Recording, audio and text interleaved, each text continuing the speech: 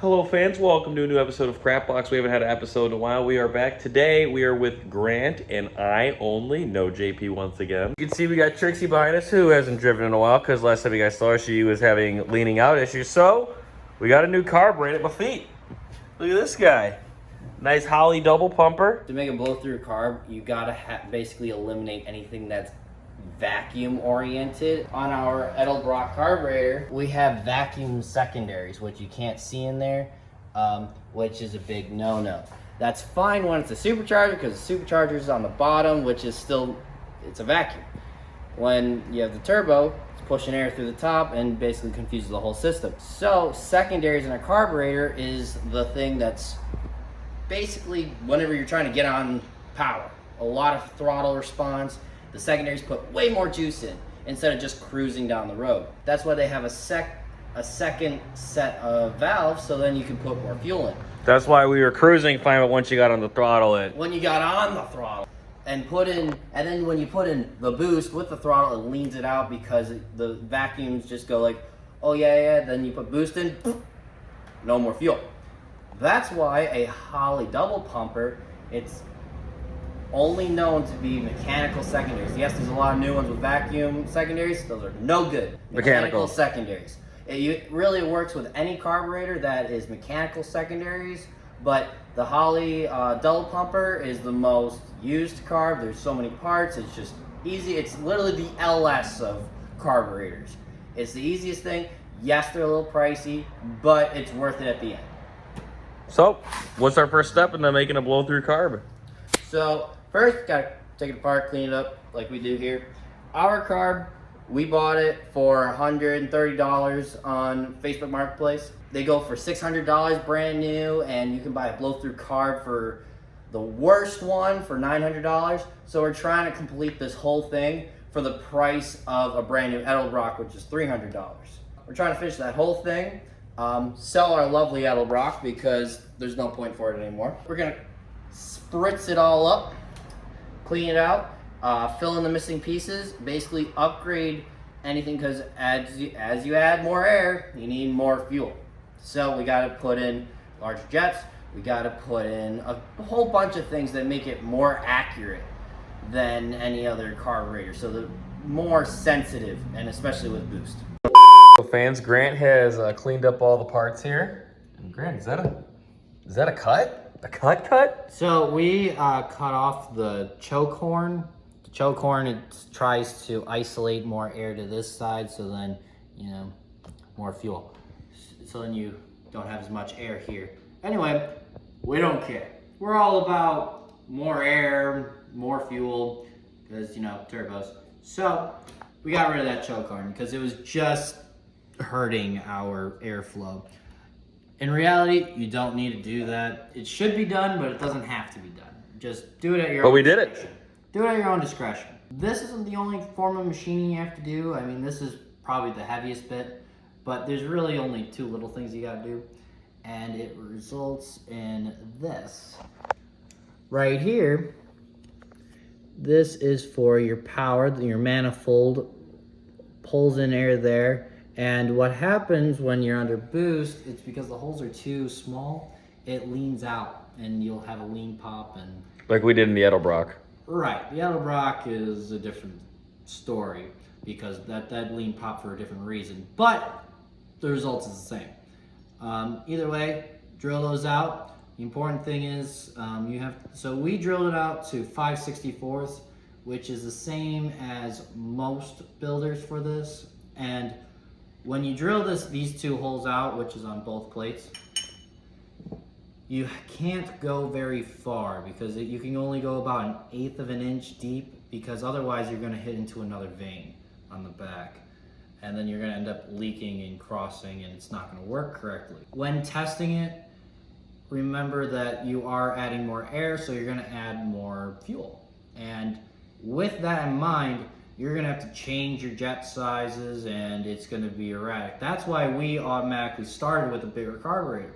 We have an 850 here when most Holly double pumpers started at 650. In the study that I looked at, they used a 650 on a similar size engine we had, and they went up 4 jet sizes from stock.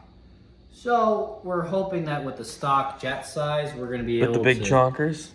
We're going to be able to stay the same jet size, and then we're going to have to learn as we go along with the AFR gauge.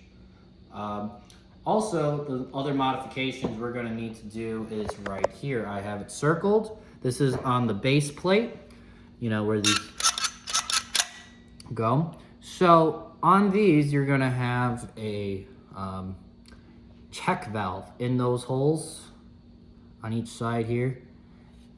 Ours is old enough that it never had a check valve. So we don't have to do anything. I just circled them for your convenience. So other parts I also circled here. These are machining marks, and those are just to help hold this as it's being machined. These have nothing to do with control. It's just a part where right here and here you have caps in these spots, and as you boost this whole, as you use boost, you're gonna pressurize these chambers, and they drilled out these slots. That's why they had to put caps in. And when you pressurize it, these could potentially pop out, and then you got fuel everywhere and bing a bang booma. So fill these up. I'm going to use steel stick today. This is not rated for gasoline. You probably should. It's just the things that I'm doing today are not going to be touching fuel. You, however, you may have a different type of double pumper. And that leads me to the next section. Notice that there's these marks here. These, they don't do anything. But on yours, they actually will be hollow and there will be holes in those. Those are for the choke horn controls. When you remove your choke horn, you're gonna have an empty hole there, and that's going to be a boost leak. And that's why you'll need a steel stick or epoxy that's ready for fuel. Not sponsored. So I gotta clean this up still a little bit. There's some burrs on it. But anyway, I don't need to fill in these spots, so that I have a steel stick that is not fuel rated. You, however, if you have these holes, you're gonna need it. Well, the next thing, the leading carburetor boost application. I honestly can't pronounce it very well, but it's nitrofoil float. I'm pronouncing it horribly. It's just not this brass one. So if you look here, there's a seam here, and some are crimped together like this one, and some are soldered together in a horrible way. It's very thin. It's prone to, I just left a dent in there. But anyway, it just kind of, you know. They're fragile. They're dent. They're gonna I can squeeze it with my hands just like that. It's gonna rip. It's going to end up, you can use these, and at your own discretion, they should take around 6 pounds of boost. Should. I'm not gonna say that, but when that happens, this thing is gonna fill up with fuel and gonna sink. And then you're gonna be like, why am I so lean? And your car is either gonna lean pop as it happens and hurt your engine really quick because you need fuel with turbos. Otherwise it's gonna hurt your engine and it's not gonna run good. And if it runs at all, and then it's gonna die and you're not gonna be able to start it and you're gonna have to go back and do this. This is the most expensive part out of the whole kit here. We bought a really old one. It was in rough shape. It was missing pieces. From the early 60s. Yes, it's a 64 one. And with that, we had to buy a rebuild kit and all these other nonsense. With that, you're probably going to buy one that doesn't have all these problems, that you're going to have to buy just a set of these. These will be about $50, and that's all you're going to have to spend.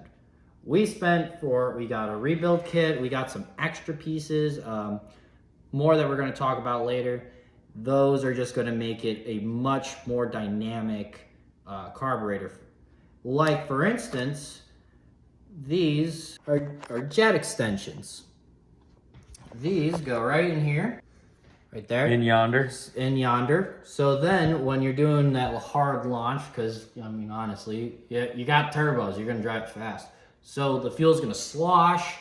This allows it so then the more fuel's in it and kind of it's creating a chamber, so then the sloshing is not as dynamic, and it's going to allow you to launch a little harder and probably not starve it. And that's also with, you know, creating a bend and having proper float levels. with that. So we got a gasket we think's the right one on there. Yeah, this is a general rebuild kit, so there's 5 of them. And they're all kind of the same looking. Yeah, but this one has the least amount of holes and it's going in the right crevices.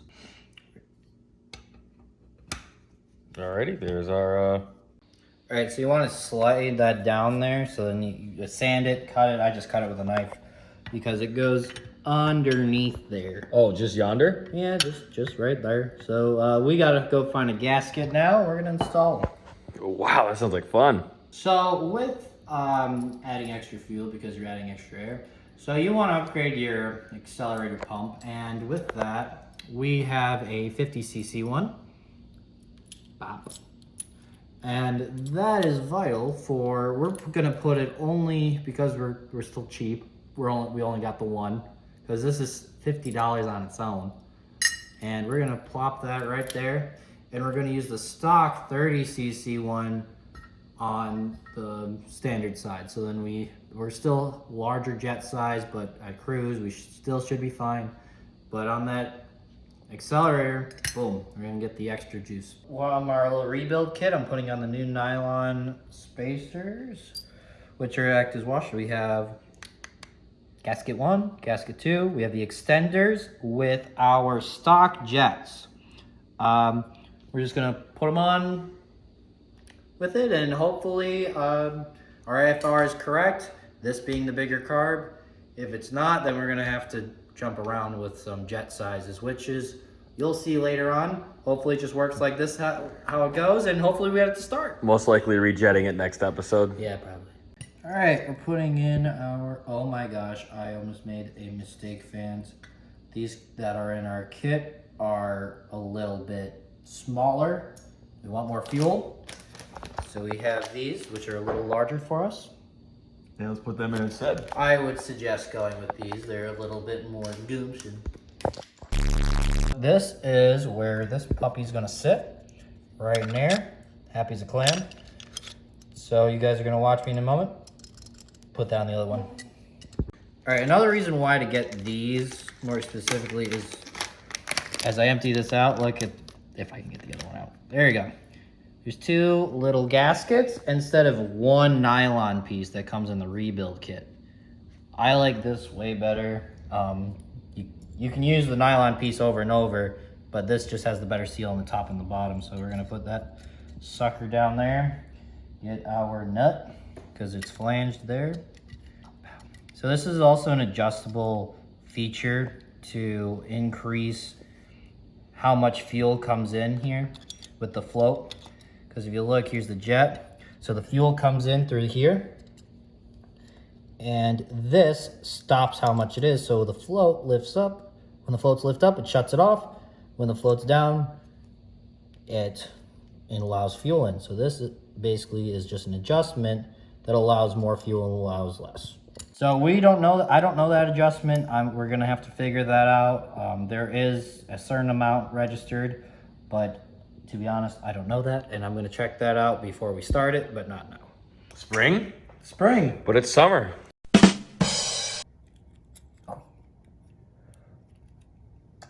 Oh my God, I'm so sorry. I assembled that wrong. I'm supposed to be showing you how to do this, and I assemble it wrong. What is like that?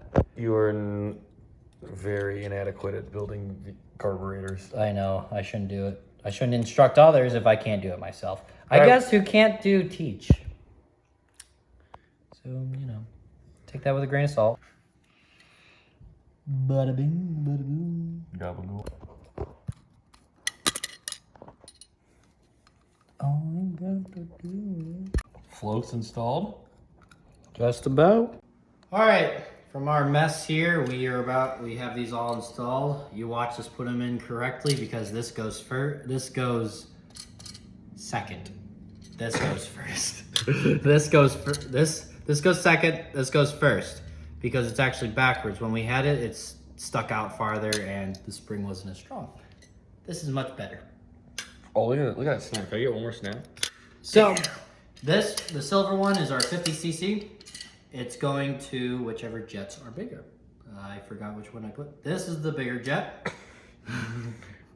Confidence. Remember, those little thingies go there. Just gonna slide them in there. I think it worked. Sweet, that passes all my tests. And put that on. This is the richer side. It goes on this side. These are big. We want so we're putting the accelerator pump, the bigger accelerator pump on the secondary. So when we hit the beans, you know that we're beaning. Absolutely, and then I put these nylon washers on there for nice compression, because if you don't have these tight, it's gonna leak gas right out of those spots. Which would not be good. Not good. I see you double checked, Chief. Oh yeah. Grant, I'm not gonna lie to you. I think this carburetor is longer than the Edelbrock boy. Correct. It is, and that's gonna be a little issue for our mounting, because we're probably gonna have to make a new mount for our fuel regulator. This fuel regulator is required for boost. You know why? Because when you have, for a carburetor like this, you want about 4 pounds, 4 to 8 pounds. And if you're making over 4 pounds or 8 pounds of boost, no fuel's gonna enter. So you need a boost referencing regulator with this little nipple here. So then it continuously, it gives whatever you regulate it, let's just say 4, it will do 4 over whatever pressure is in the carburetor. Put in our little fuel spritzers that are situated from our accelerator pumps. Put these back on there.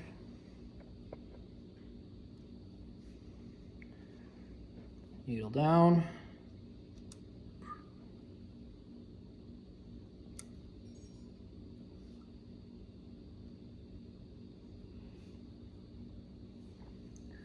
Spritzer, that's the back. Second one.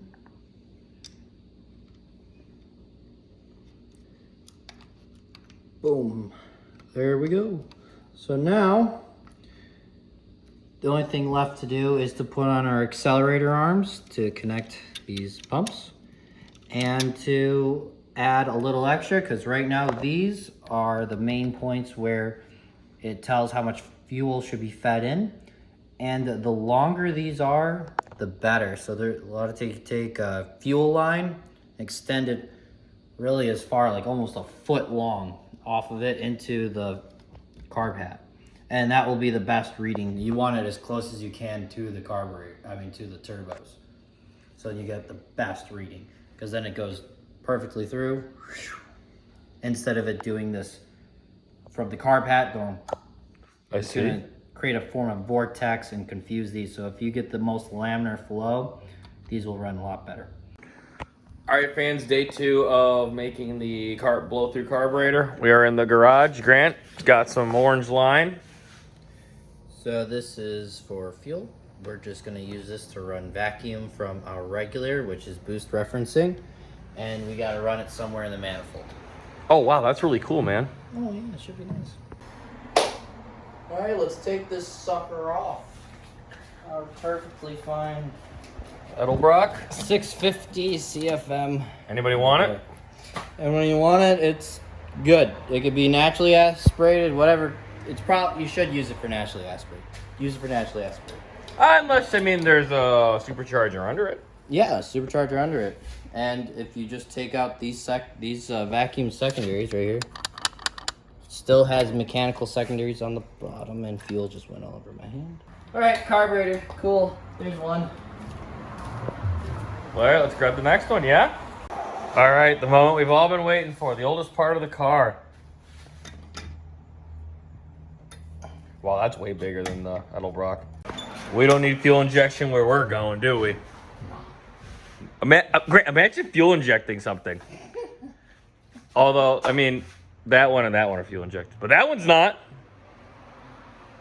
Won't stay that way. See your carb hat, big thick boy, because you don't want the thin one so it doesn't create more vortices. So you want this as tall as possible. I understand you got hoods and stuff. We don't, so we can do whatever we want. Imagine hoods. These are basically sensing hoses. so then we get more laminar flow.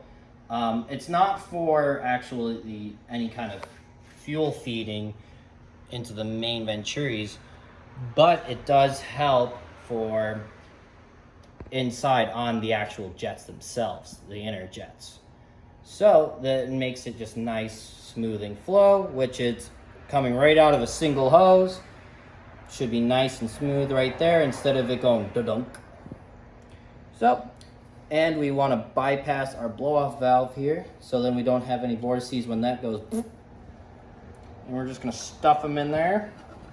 And it'll be a unit. Well, that looks interesting. What? It just looks Different. Totally different, yeah. Totally different. That carburetor is so much bigger. Yeah, it's so much bigger and thinner. It's just so different. It is very different. Yeah, So- it's also shorter. Yeah, it is. We don't have as much annoying. We're just gonna put this throttle cable on and fuel to it.